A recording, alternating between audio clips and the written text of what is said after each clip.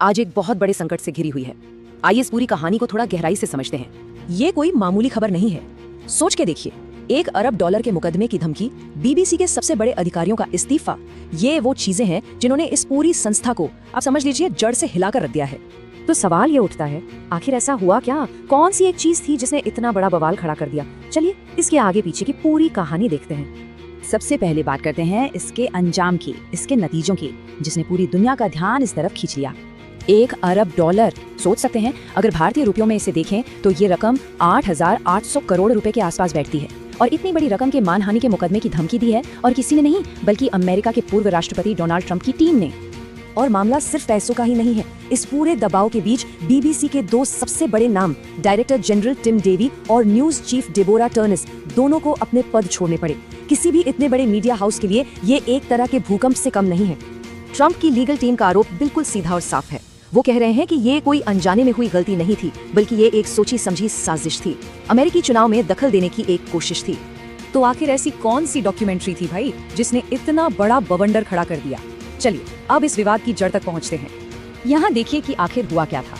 BBC ने अपने panorama programme में 6 जनवरी को दिए गए ट्रंप के भाषण के 2 बिल्कुल अलग अलग हिस्सों को, जो 50 मिनट के अंतर पर बोले गए थे, उन्हें एडिट करके एक साथ जोड़ दिया। इससे मतलब क्या निकला?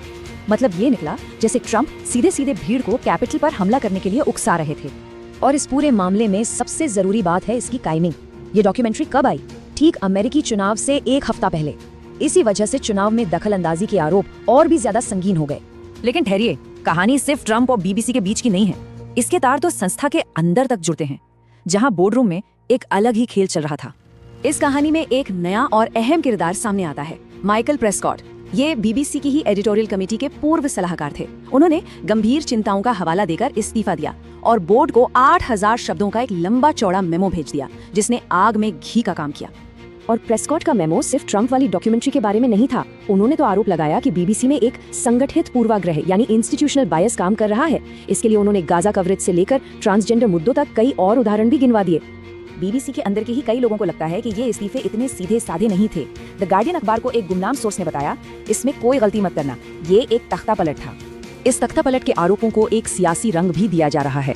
कहा जा रहा है कि बोर्ड के एक मेंबर रॉबी गिब, जिनका कंजर्वेटिव पार्टी से पुराना नाता रहा है, उन्होंने इन आरोपों का इस्तेमाल करके उस वक्त की लीडरशिप पर दबाव बनाया। तो मतलब साफ है, ये स्कैंडल सिर्फ कुछ इस्तीफों या एक मुकदमे का नहीं है। ये बीबीसी के वजूद, उसकी पहचान से जुड़ा एक बहुत बड़ा संकट है।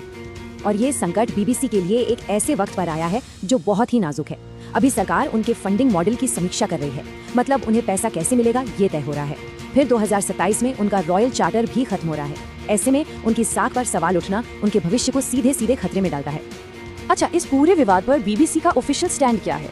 उनके चेयरमैन समीर शाह ने माना कि डॉक्यूमेंट्री में एडिटिंग की गलती हुई, उसे उन्होंने जजमेंट की भूल कहा, लेकिन उन्होंने संस्था पर लगे पक्षपात के जो बड़े आरोप थे उन्हें पूरी तरह से खारिज कर दिया। और यहीं पर इस पूरी कहानी का सबसे बड़ा पॉइंट छिपा है। बीबीसी जैसे पब्लिक ब्रॉडकास्टर्स की पूरी इमारत किस चीज पर टिकी है? जनता के भरोसे पर। और जब वही भरोसा डगमगाने लगता है तो सब कुछ दांव पर लग जाता है। तो सबसे बड़ा सवाल यही है, आज के इस बंटते हुए सियासी माहौल में क्या 100 साल पुराना एक पब्लिक ब्रॉडकास्टर अपनी सबसे कीमती चीज यानी जनता का विश्वास, क्या उसे वापस जीत पाएगा? देखिए, इस विश्लेषण के लिए हमने द गार्डियन, बीबीसी, टेलीग्राफ और रॉयटर्स की रिपोर्ट्स का इस्तेमाल किया है। अब देखना ये होगा कि बीबीसी इस संकट से कैसे उभरता है।